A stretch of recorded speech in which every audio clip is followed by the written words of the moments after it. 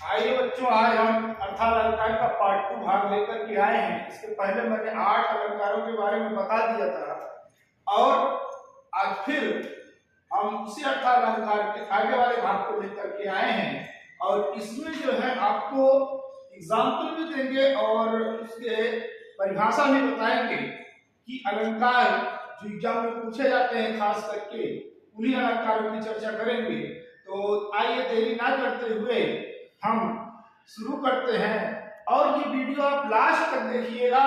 Last तक देखने के बाद ही कुछ आप निष्कर्ष निकालिएगा, क्योंकि इस चीज को आपको केवल और केवल समझना है। यहाँ ट्रिक की कोई बात नहीं है और यहाँ जो शब्द लिखे हुए हैं, चाहे वो डिफिनेशन हो, परिभाषा हो या फिर आपका एग्जाम्पल जो दिया हुआ है, वो सारे के सारे जो है एक ट्रिक पर ही आधारित है और इस तरीके से आपको समझाएंगे कि आप ट्रिक भूल जाएंगे और इसी को अच्छे से समझ पाएंगे। तो आइए हम देखते हैं अर्थालंकार के प्रकार, यानी 8 प्रकार हमने बता दिए थे, आज नवे से शुरू करेंगे। सबसे पहले है विरोधाभास अलंकार। इसकी परिभाषा है जहां वास्तविक विरोध ना होते हुए विरोध हो, अर्थात यहाँ ये देखा जाता है कि वास्तव में विरोध नहीं है, फिर भी कवियों ने विरोध दिखला दिया है। अगर इसका उदाहरण हम देखें तो लिखा है, जीव ज्यों बूढ़े श्याम रंग त्यों त्यों उज्ज्वल होए। इसका यह अर्थ हुआ कि जैसे जैसे श्याम रंग में डूबता है आदमी, यानी काले रंग में डूबता है या सांवले रंग में डूबता है, तो सांवला ना हो करके वो उज्ज्वल होता जाता है। इस प्रकार से हमने देखा कवियों ने कि बूढ़े श्याम रंग में डूबता है और वो उज्ज्वल होता है। इस प्रकार से यहाँ जिसमें डूबने से श्याम रंग होना चाहिए वो श्याम रंग ना हो करके वो उज्ज्वल हो रहा है। इसका मतलब सीधा सीधा यहाँ विरोधाभास है। ये विरोधाभास अलंकार का बहुत ही इंपॉर्टेंट उदाहरण है। आइए हम दूसरे अलंकार में देखते हैं। अपहनुति अलंकार होता है। यहाँ क्या है इसकी परिभाषा और इसके बारे में जानते हैं। जहां उपमेय का निषेध करके उपमान की स्थापना की जाए वहां वो अपहनुति अलंकार होता है।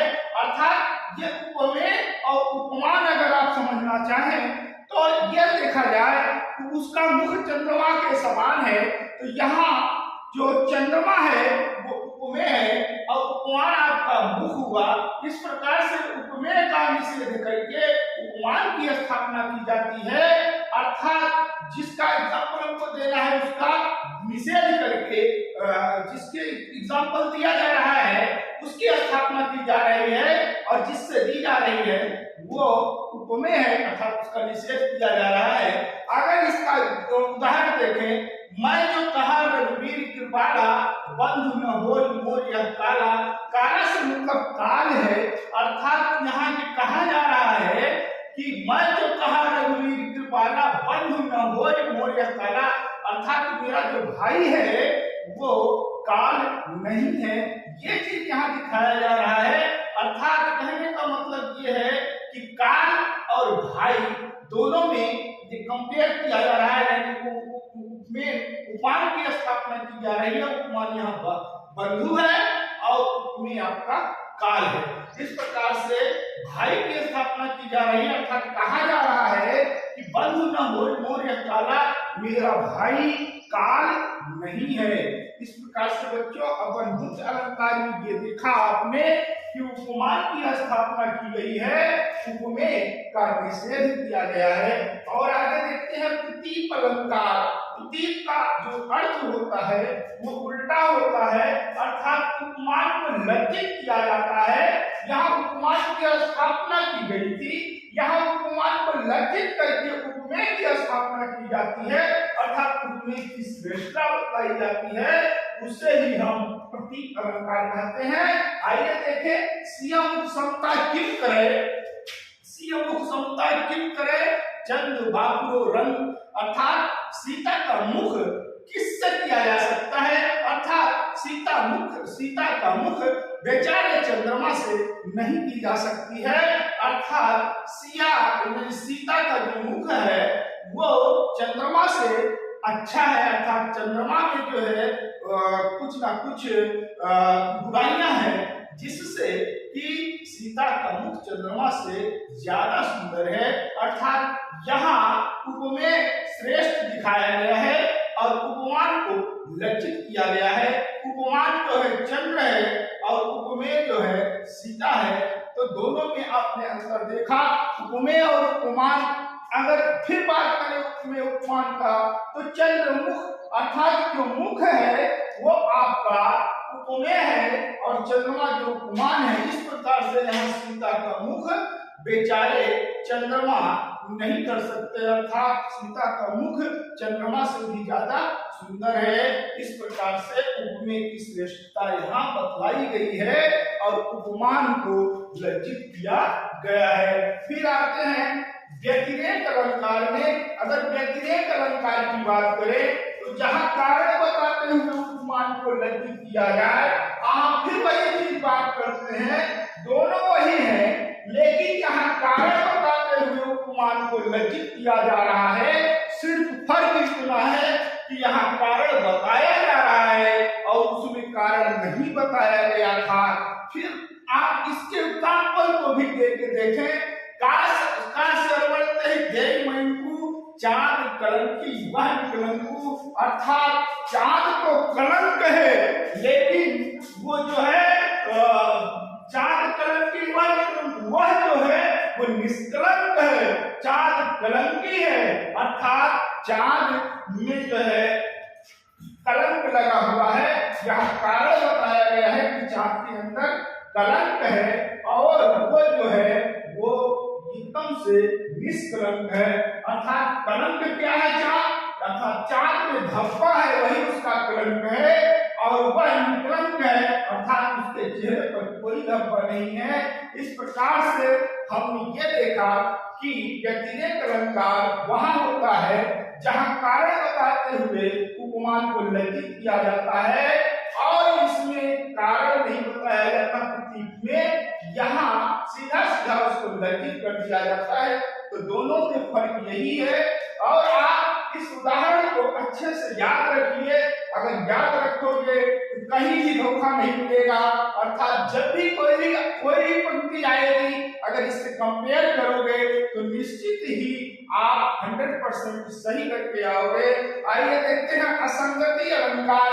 असंगत की अर्थ यह होता है जहां संगति ना हो, अर्थात जो कार्य कारण होता है वहां संगति ना हो, अर्थात कोई माध्यम हो, जैसे हमने उसको मारा तो ये तो माध्यम है, वहां कारण मौजूद ना हो और कारण हो भी, कार्य भी हो, लेकिन दोनों में संगति ना हो। इस प्रकार से यहाँ लिखा कार्य कारण में संगति ना हो तो उसे असंगति अलंकार कहते हैं। जैसे हृदय घाव मेरे वीर रघुवीर, अर्थात जब लक्ष्मण जी घायल हो गए तो वहां का ये पद है कि मेरे हृदय में घाव है लेकिन जो पीड़ा हो रही है वो रघुवीर को हो रही है।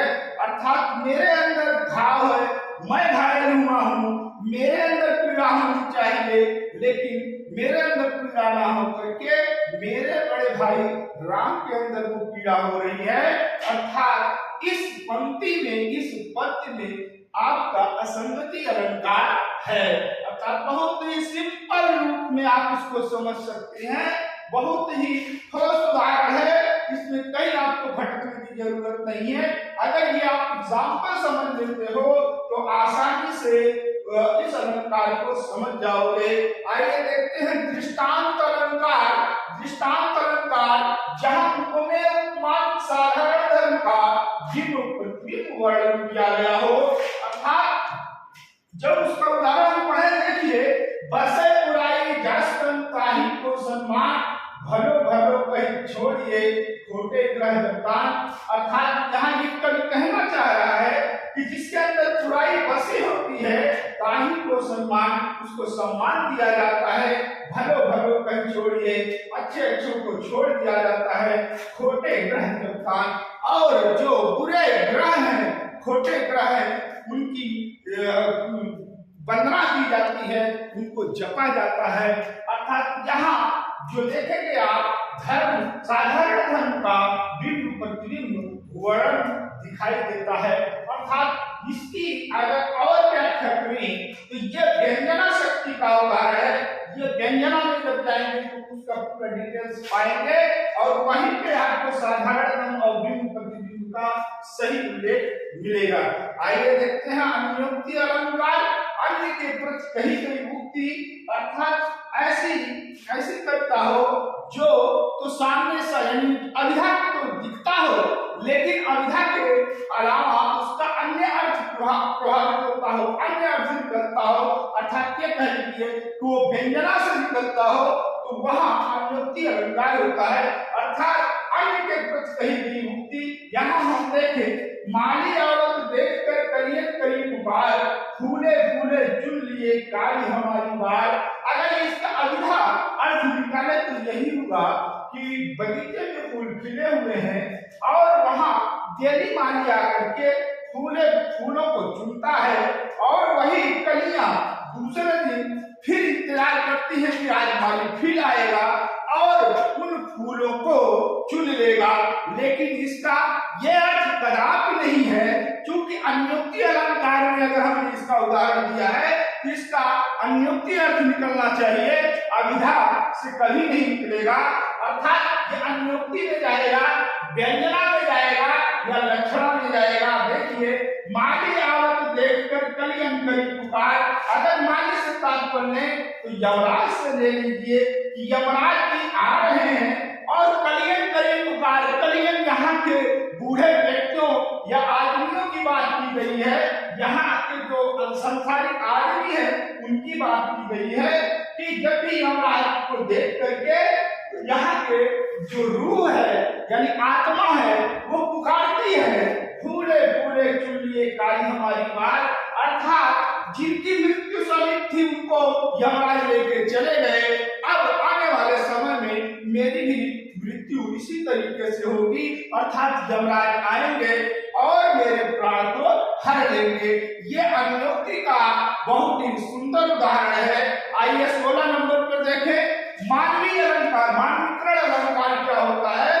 अगर हम मानवीकरण अलंकार की बात करें, जहां जड़ वस्तु पर मानवीय चेष्टाओं का आरोप किया गया हो, अर्थात जहां कोई प्राकृतिक वस्तु है, मान लीजिए पेड़ है, मान लीजिए कोई ऐसी वस्तु है, टेबल है, मेज है, कुर्सी है, जो भी है, एक भौतिक वस्तु है, उन पर जब मानवीय चेष्टाओं का आरोप किया जाता है, अर्थात मानवीय स्वभाव का वर्णन किया आरोप कर दिया जाता है, जैसे मानव का गुण है हंसना है, खेलना है, रोना है, आदि ये मानवीय गुण है। अर्थात इन सब का आरोप जब किसी जड़ वस्तु में लगा दिया जाता है तो वो जड़ वस्तु जीवित हो जाती है, अर्थात मानव जैसा व्यवहार करती है, तो वहां मानवीकरण अलंकार होता है। इसका एक और उदाहरण हो सकता है कि चार चंद्र की चंचल किरणें खेल रही हैं जलथल में, ये भी एक मानवीकरण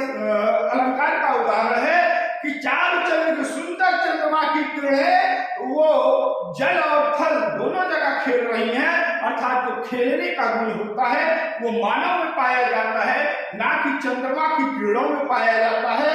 इस प्रकार से इसका और उदाहरण यहाँ दिखाया गया, फूल हंसे कलियां मुस्काई, अर्थात फूल हंस रहे हैं, हंसने का जो स्वभाव है वो मनुष्यों में पाया जाता है, फूलों में नहीं पाया जाता, लेकिन हंसने का आरोप इस फूल में कर दिया गया है। कलियां मुस्काई, और कलियां मुस्काती नहीं, मुस्काने का जो गुण होता है वो मानव में होता है, अर्थात इस कली में मुस्काने का गुण भर दिया गया है, आरोप लगा दिया गया है, आरोपित कर दिया गया है, इसलिए यहाँ मानवीकरण अलंकार है। आइए हम 17 नंबर पर देखते हैं, अर्थात न्यास अलंकार क्या होता है? यहाँ लिखा हुआ है, सामान्य का विशेष और विशेष का सामान्य से जब समर्थन किया जाए तो वहां अर्थांतर न्यास अलंकार होता है। सामान्य वस्तु है उसको विशेष अर्थ से और विशेष का सामान्य से समर्थन किया जाए तो वहां अर्थांतर न्यास अलंकार होता है। इसके उदाहरण से और भी स्पष्ट हो जाएगा। देखिए, जो रही उत्तम प्रकृति का कवि सकत कुसंग, अर्थात जो रही भाषा कहते हैं कि जो उत्तम प्रकृति का है, उच्च विचार का है और अच्छा आदमी है, कई संगत कुसंग, उसका कुसंग साथी, कुसंग अर्थात जो बुरे लोग हैं वो उसका कुछ भी नहीं कर सकते हैं। चंदन विश्व व्यापक नहीं, लिपटे रहत भुजंग। इस प्रकार से चंदन के वृक्षों पर सांप लिपटे रहते हैं और चंदन कि जैसा है वैसा ही रहता है। कहने का मतलब ये है कि चंदन के वृक्ष पे जो सांप लपटे रहते हैं वो हमेशा लपटे रहते हैं, लेकिन चंदन वृक्ष का कुछ भी परिवर्तन नहीं होता। ऐसा नहीं है कि चंदन वृक्ष जो है विश्व भर जाता हो या कुछ और परिवर्तन होता है। अर्थात चंदन वृक्ष, चंदन का पेड़ जो है जैसे है वैसे ही रहता है, केवल और केवल उसमें कोई परिवर्तन नहीं होता। कहने का तात्पर्य यही हुआ कि जो रहित उत्तम प्रकृति, रहिता जी कहते हैं जो उत्तम प्रकृति का है।